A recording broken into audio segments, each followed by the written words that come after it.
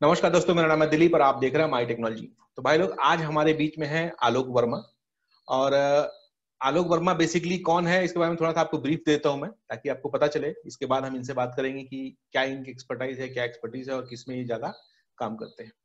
Basically ये कोई blogger नहीं है, ना ही कोई एसीओ एक्सपर्ट है।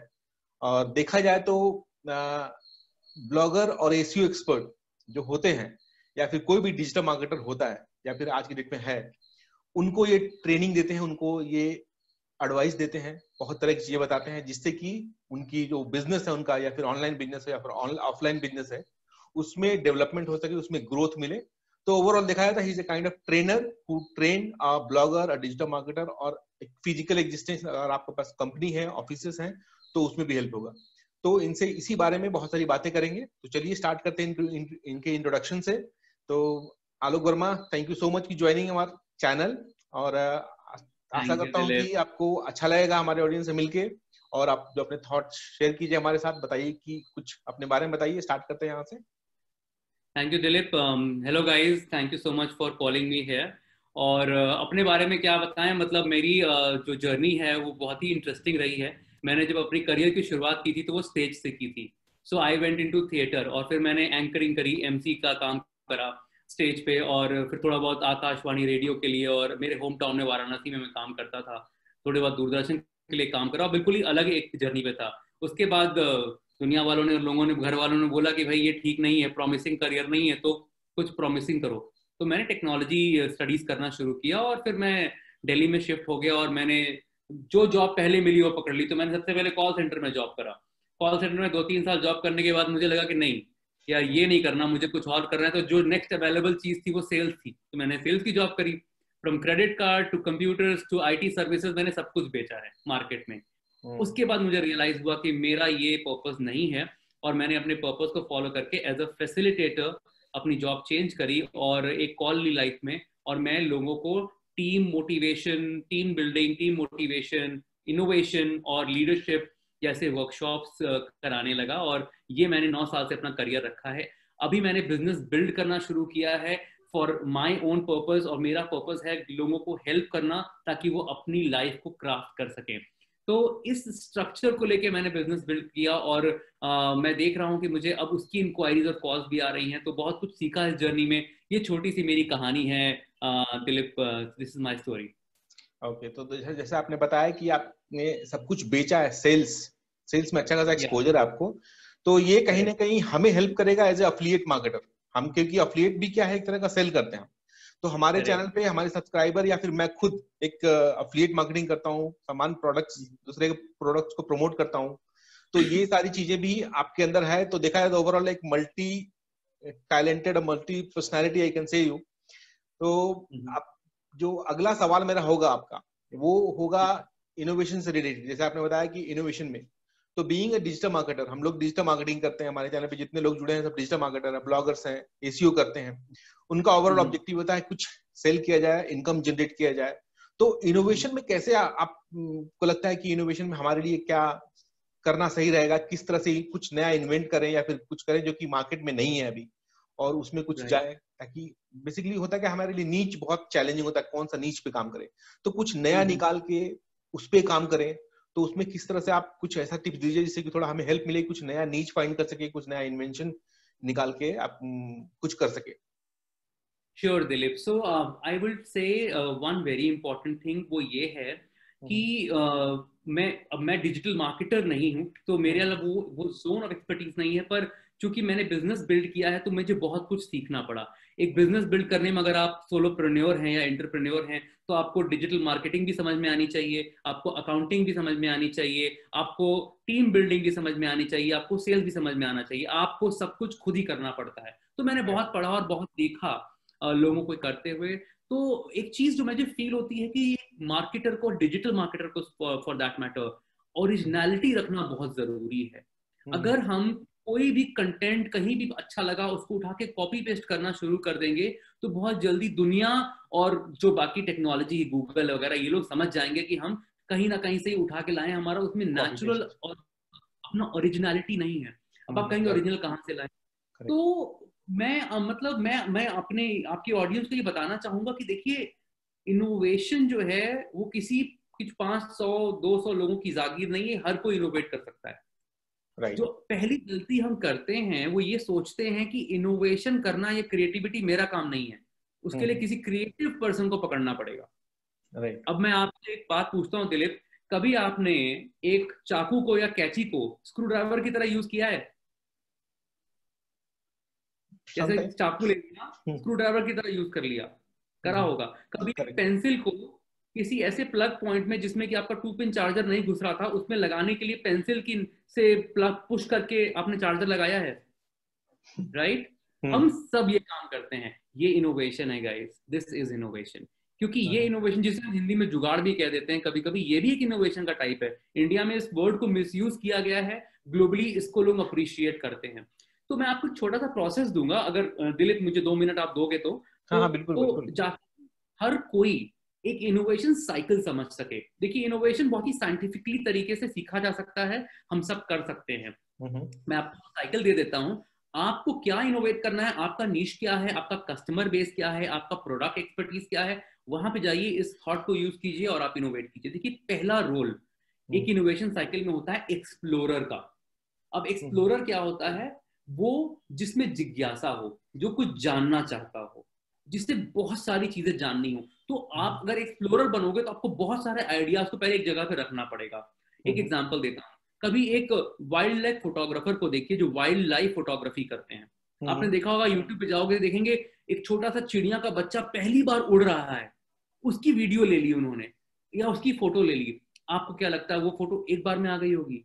उस एक फोटो के लिए शायद सैकड़ों फोटोज ली गई होंगी और उसमें से एक फोटो निकाली गई होगी जो आपके सामने प्रेजेंट करी, जिससे अवार्ड मिल रहे हैं, रिवॉर्ड मिल रहे हैं। तो गाइस, पहला रोल है get a lot of ideas. That's rule number 1, be an explorer.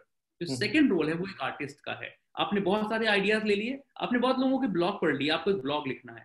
Next role artist का है। अगर आप एक कलाकार को देखें, स्पेशली पेंटर को, तो उनके हाथ में एक छोटा सा पैलेट होता है जिसमें वो कलर मिक्स करते हैं, 2-3 कलर मिक्स करते हैं। उसका काम क्या होता है? लाल को मिलाया, हरा को मिलाया, देखा कितना ब्राउन बना, पीले को मिलाया और नीले को मिलाया, देखा कितना हरा बना। कलर को मिक्स करते हैं। एक पेंटर, एक आर्टिस्ट उसको मिक्स करके बेस्ट चीज निकालता है। तो चीजों को मिक्स करके हम उसमें से कुछ सीख सकते हैं। देखिए, एक दिन हमारे पास वीडियो कैमरा होता था, एक हमारे पास फोन होता था, किसी ने मिक्स कर दिया, आज आपके पास स्मार्टफोन है। ये इनोवेशन है। इसी तरीके से मिक्स एंड ब्लेंड करके एक आर्टिस्ट उसको देखता है। जो थर्ड रोल होता है वो एक जज का होता है। जब आप चूज करते हैं कि ठीक है, मैंने 100 आइडियाज उठाए, मैंने 5 आइडियाज निकाले, इस 5 आइडियाज में आज एक कौन सा आइडिया है जिसपे मैं आज वीडियो बनाऊंगा या ब्लॉग बनाऊंगा या कुछ डिजिटल आइटम क्रिएट करूंगा। वो एक आइडिया जज, आपको जज करना पड़ेगा अपने ही आइडियाज को, किसी और को नहीं। और लास्ट होता है वॉरियर का। देखिए, आप जब कुछ नया करेंगे और जो कुछ नई चीज लेके आएंगे तो दुनिया वाले सबसे पहले आप पे हंसेंगे, कहेंगे ये क्या बेवकूफी कर रहे हो, ये तो किसी ने किया ही नहीं था, तो तुम कैसे कर रहे हो। तो लोग आपका मजाक भी उड़ाएंगे, हंसेंगे भी, आपको डिमोटिवेट भी करेंगे। पर जो वॉरियर होता है वो क्या करता है? वो फाइट करता है। तो वहां आपको फाइट भी करनी है। जब आप इनोवेशन की बात करते हो तो एक काम से इनोवेशन नहीं होती। आप ये चारों चीजें जब साथ में करोगे तो इनोवेशन होगी। आपके प्रोडक्ट में इनोवेशन होगी, आपके नीश में इनोवेशन होगी, आपके सेगमेंट में इनोवेशन होगी। That is innovation from my side. Okay okay, great.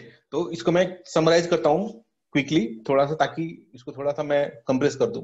Overall हमें क्या करना है कि हमें आइडियाज देखने हैं, पढ़ने हैं, कलेक्ट करना है उनको, उनमें से कुछ को फिगर आउट करना है और फिर उसको अपने अपने एक्सपीरियंस के हिसाब से या फिर अपने कुछ दिमाग को यूज करके उसको कुछ अलग बनाने की कोशिश करना है। वहां पे आता है हमारा कि हाँ, कुछ बन सकता है इससे या फिर कुछ बनाया जा सकता है। ये एक इनोवेशन हुआ।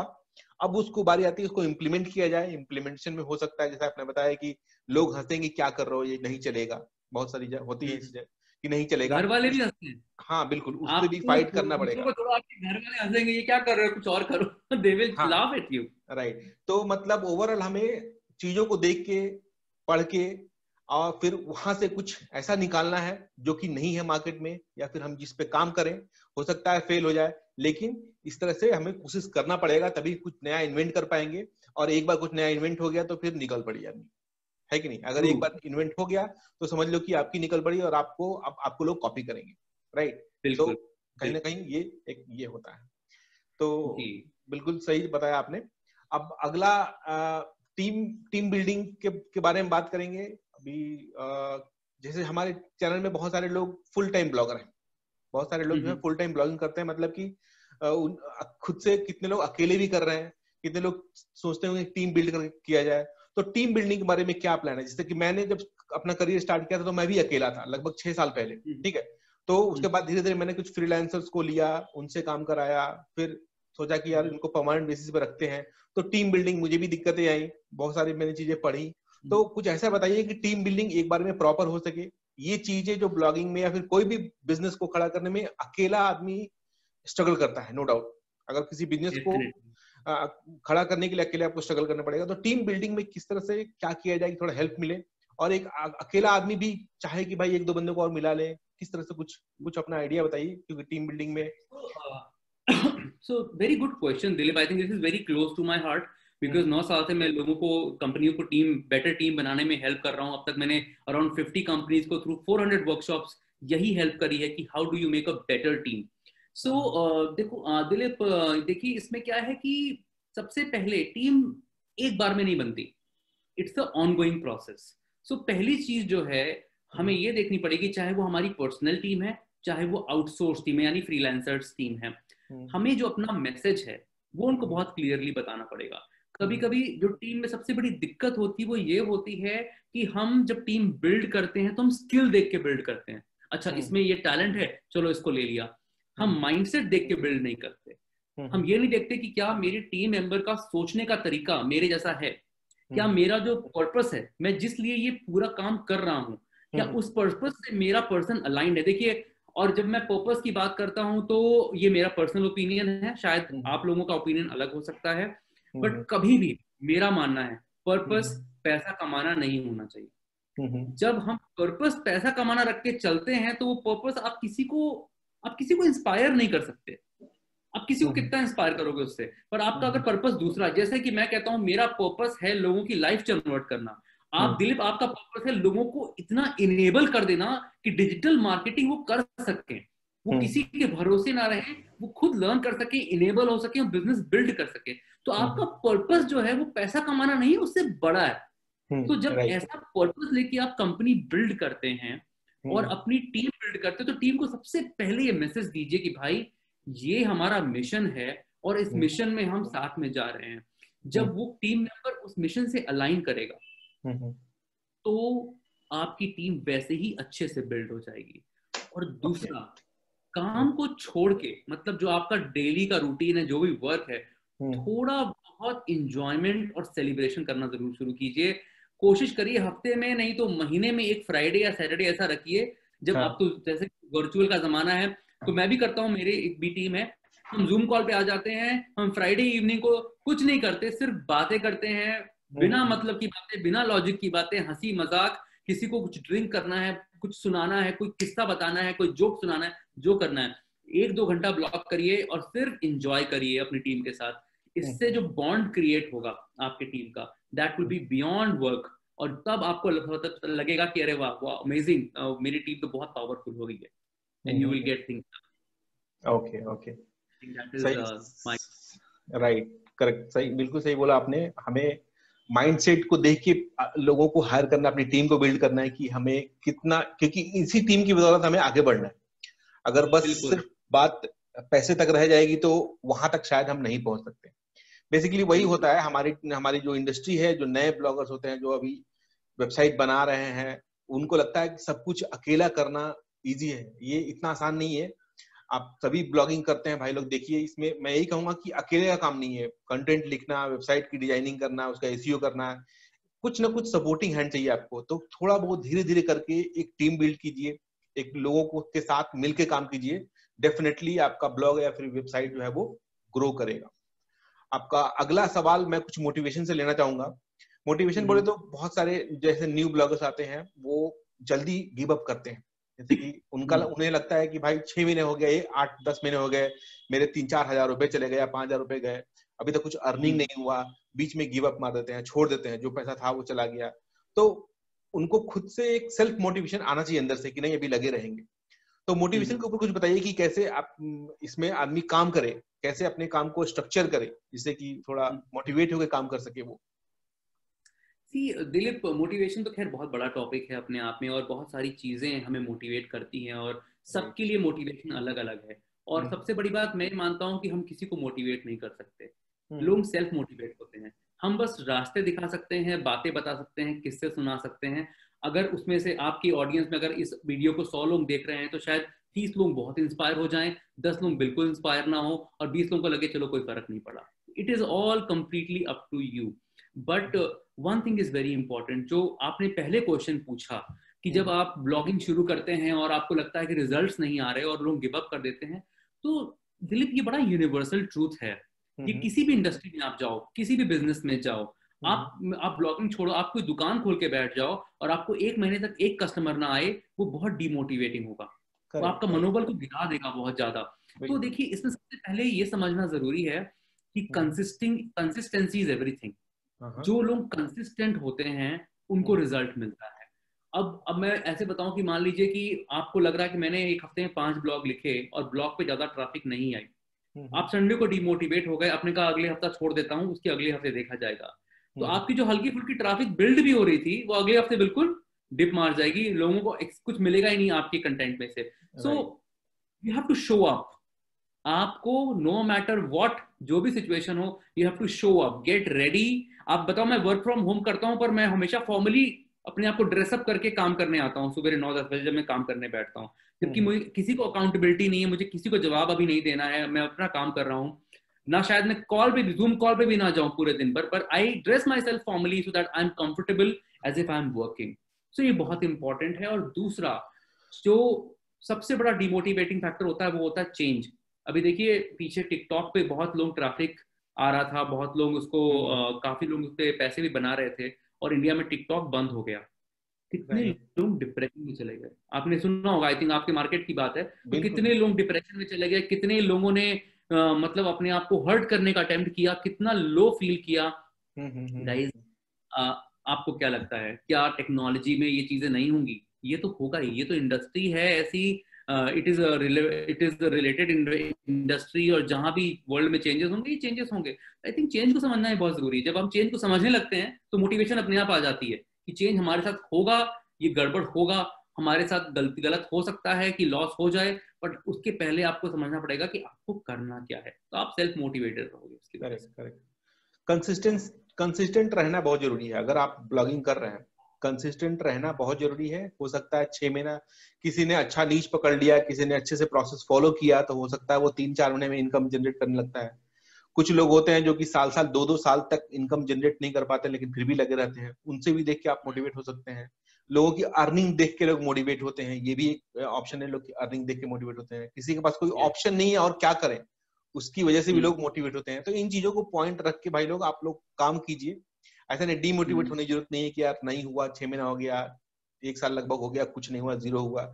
मैंने अपने करियर में देखा है, मेरी खुद की पहली अर्निंग 2 साल के बाद हुई थी website. I know this can happen. और दूसरी बात, प्लीज हम पुराने सवाल पे जाएंगे यहाँ से, कि अगर आपको लग रहा है कि आपका फंक्शन कहीं ना कहीं काम नहीं कर रहा, तो गाइस इनोवेट। मैंने आपको ऑलरेडी मॉडल दे दिया है, आप इनोवेशन करिए और नई चीज डालिए, देखिए world is waiting for you, और क्या पता कौन सी कर जाए।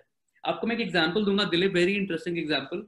मैंने लगभग 6-7 साल पहले, 6 साल पहले अपनी मेरी छोटी सी बिटिया है, मैंने उसका यूट्यूब चैनल बनाया, और इसमें ऐसे नहीं घर की छोटी मोटी वीडियोस, कभी गाना गा रही, कभी डांस कर रही, वीडियोस डालते हैं, वो सिंगिंग भी करती है, उसकी वीडियोस भी हम डालते रहे। तो नॉर्मली किसी पे 200-300, एक आध पे 3000-5000 व्यूज आने लगे। एक दिन हमने एक उसका डांस डाला, कोई अच्छा खास बहुत बढ़िया डांस नहीं किया था, बच्चे को डांस सीखा भी नहीं उसने, घूमर वाला गाना आया था उसमें उसने डांस किया था, ऐसे मैंने वो वीडियो डाल दिया, उस पर ट्रैफिक आने लगी, अपने आप ट्रैफिक आने लगी। मैंने उसको कुछ ऑप्टिमाइज वगैरह कुछ मुझे आता भी नहीं था कुछ करने, and today that video has 2.8 million views, 2.8 million, and because of that उसके चैनल में 7,500 सब्सक्राइबर भी आ गए, हमने किसी को इनवाइट नहीं किया। अब उसका कोई भी वीडियो डालो तो 10,000-8,000 व्यूज आ जाते हैं।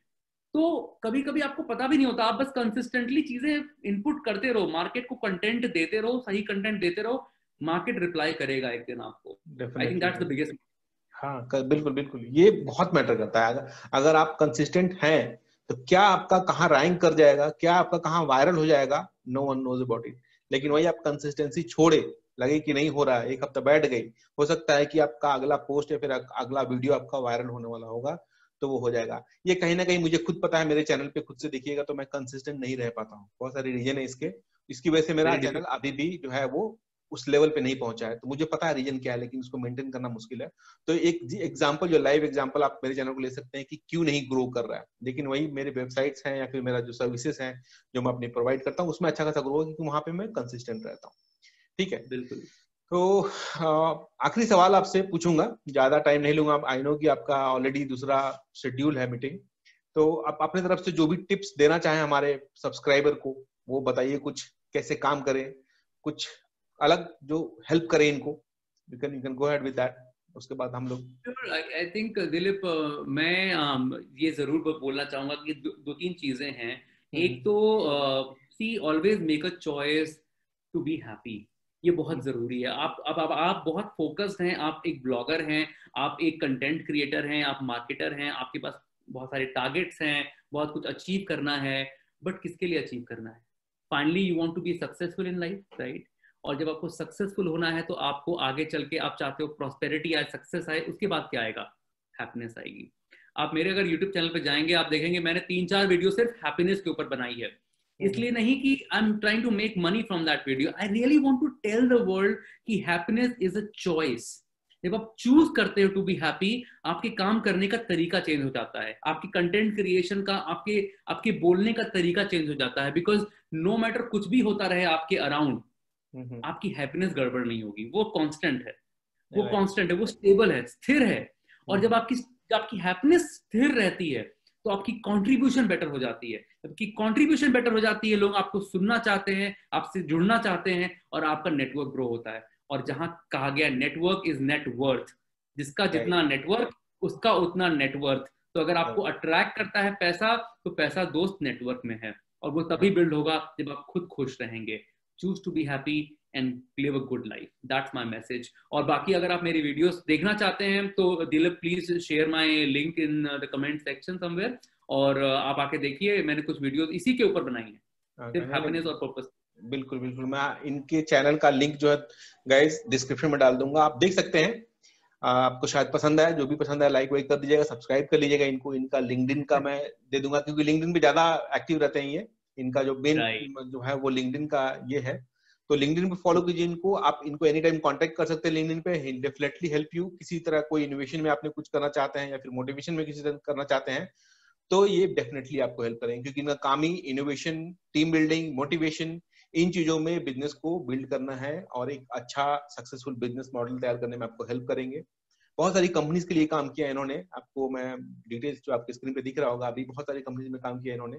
तो आशा करता हूं कि इनके साथ जो हम लोगों ने अभी बात किया, आप लोग की हेल्प आएगा। और ये जनरल इंटरव्यू से थोड़ा अलग था, it's not a kind of interview, it's a kind of general talk, जो कि मुझे लगा कि आप लोगों को के साथ शेयर करना चाहिए, इसलिए मैंने ये इंटरव्यू शेड्यूल किया है। अगर डिमांड होगा तो definitely will call him once again on our channel, and फिर उनसे और भी सारी बातें करेंगे। आपकी कोई स्पेसिफिक रिक्वायरमेंट है तो कमेंट कीजिए, he will go and reply you on this comment. Contact कर सकते हैं इनको, मैं लिंक दे दूंगा। बाकी आपकी मर्जी है, चाहे आप वीडियो अच्छा लगा हो, कहीं से भी आपको कुछ हेल्प मिला हो, तो डेफिनेटली लाइक कीजिएगा, कमेंट कीजिएगा, और हमारे चैनल को भी सब्सक्राइब कीजिएगा। Thank you so much for watching. ठीक है, thank you so much, thank you so much guys, thank you Dilip, thanks a lot.